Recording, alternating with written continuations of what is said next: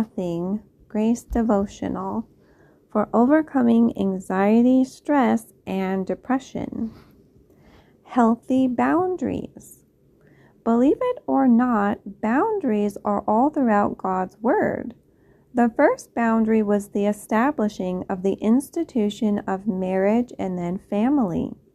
A husband should only have one wife, and a wife should only have one husband. Also, the parents are responsible for their own children.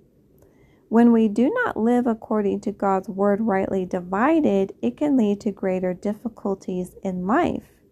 King Solomon, for example, had over 700 wives and 300 concubines. Talk about no boundaries and not following God's will.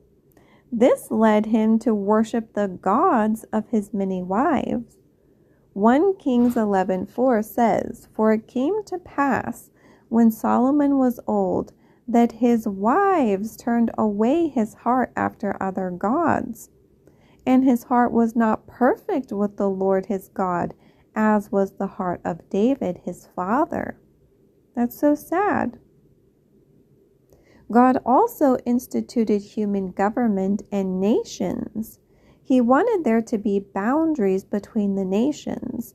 The primary reason for this was so that the people would not unite against God as they did at the Tower of Babel. Genesis 11:6 says, "And the Lord said, Behold, the people is one, and they have all one language, and this they begin to do. And now nothing will be restrained from them which they have imagined to do." So they were basically united in sinful lifestyle and in unity against God.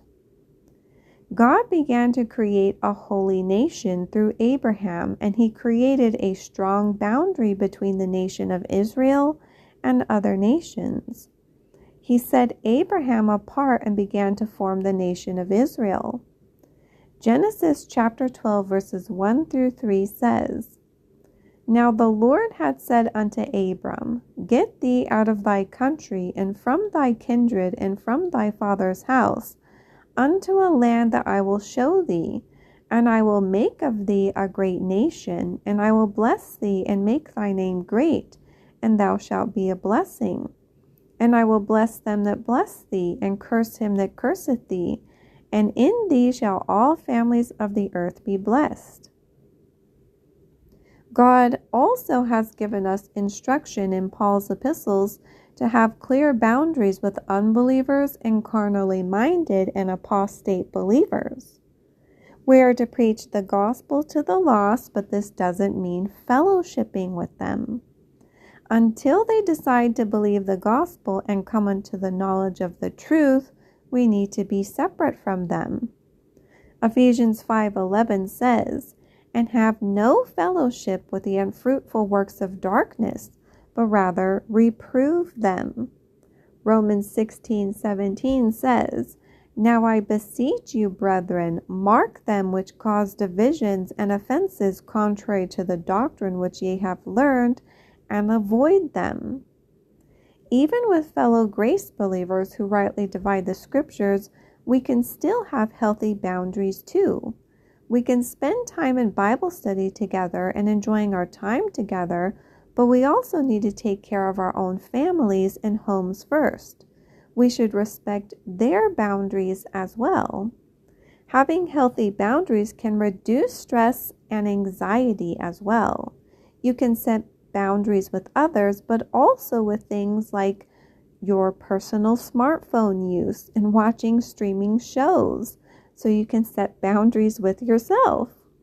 We don't always have to have our phones on, for example, and we don't have to respond immediately to every email, phone call, or text message.